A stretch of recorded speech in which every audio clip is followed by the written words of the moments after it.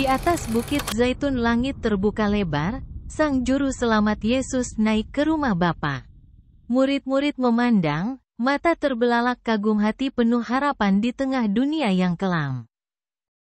Kakinya meninggalkan jejak di atas bumi, hatinya tetap bersama umat yang ia kasihi. Kenaikannya bukan akhir melainkan janji mulia. Roh Kudus akan datang, membawa kuasa dari surga. Kita di sini menanti dengan iman yang teguh menatap ke langit biru tempat Yesus kembali nanti. Kenaikannya mengingatkan kita akan kehidupan abadi di mana cinta kasihnya menjadi pelita hati. Salam santun untuk kebaikan umat seluruh dunia. Salam rahayu, rahayu, rahayu. Dalam kesempatan ini, di hari yang baik bertepatan dengan hari kenaikan Yesus Kristus, admin telah membidik cerita khusus. Cerita ini mengisahkan bertemunya Sang Mesias dengan Yesus Kristus di suatu tempat. Sebelum berlanjut, saya mohon maaf bila ada kesalahan dalam saya membabar kisah ini. Dan tentu kopi sudah sedia dulu sebelum dimulai. Yuk seruput dulu. Kenaikan Yesus Kristus adalah peristiwa yang terjadi 40 hari setelah kebangkitan Yesus, di mana disaksikan oleh murid-muridnya. Yesus Kristus terangkat naik ke langit dan kemudian hilang dari pandangan setelah tertutup awan, seperti yang dicatat dalam bagian Perjanjian Baru di Alkitab Kristen.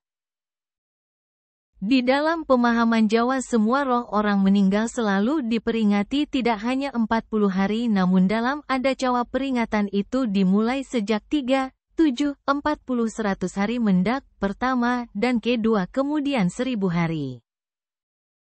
Pas dalam hari ke-40 ini roh akan pergi dari rumah meninggalkan untuk menuju ke nirwana. Seperti yang dicontohkan oleh Sang Kristus. Al-Masih Mesias atau Kristus adalah salah satu gelar yang diberikan kepada Yesus, karena orang percaya bahwa Yesus adalah Sang Juru Selamat yang dijanjikan sejak masa Perjanjian Lama untuk menyelamatkan umat manusia. Dalam kepercayaan mereka, Kristus akan kembali untuk menjadi Juru Selamat bagi dunia ini, bukan hanya untuk satu kaum tapi seluruh alam semesta, maka disebutnya Al-Mesias. Diceritakan ketika Al-Mesias bertemu dengan Yesus Kristus di suatu daerah di Sumowono. Kala itu hujan rintik mengguyur di sekitar Candi Gedong Songo. Ketika Sang Mesias melakukan ritual di Candi Gedong Songo, basah kuyup badan Sang Mesias berjalan menelusuri candi. Karena dalam keadaan basah, maka kurang nyaman Sang Mesias melakukan meditasi di Candi Gedong Songo. Lalu beranjaklah pulang meninggalkan Candi Gedong Songo. Dalam perjalanan pulang, kemudian ada seseorang menghentikannya. Dia itu seorang santri yang mondok di tempatnya Kiai Yumri di bawah Candi Gedong Songo. Setelah masuk di pondok Kiai Yumri, Sang Mesias dibuat terheran. Baru di sini pondok ada gambarnya Yesus.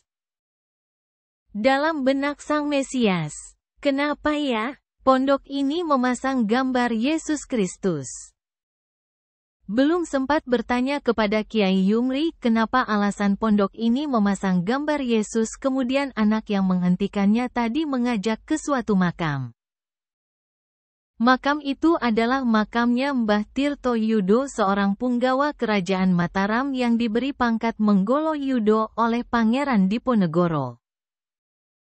Di atas pemakaman itulah Sang Mesias baru dapat mengheningkan dalam meditasi. Dalam meditasi itu kemudian muncullah sesosok gambar. Ya, gambar itu adalah Bapa Angkasa yang berwujud Yesus. Dalam pertemuannya di meditasi, Sang Mesias hanya diajak tersenyum, seolah senyum itu membawa pesan. Beranjak dari makam Mbah Tirto Yudo, kemudian mulailah ada pertanyaan dalam benak Sang Mesias.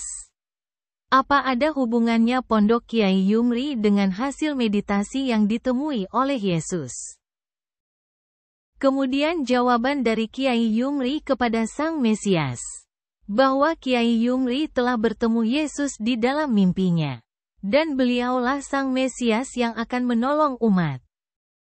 Begitulah akhir cerita pendek ini, bahwa Sang Mesias pernah datang dalam mimpi Kiai Yumri untuk menunjukkan bahwa beliau yang akan datang membenahi peradaban. Terima kasih atas perhatiannya. Jangan lupa untuk tinggalkan like, comment, and subscribe. Salam untuk kedamaian alam raya. Rahayu, rahayu, rahayu.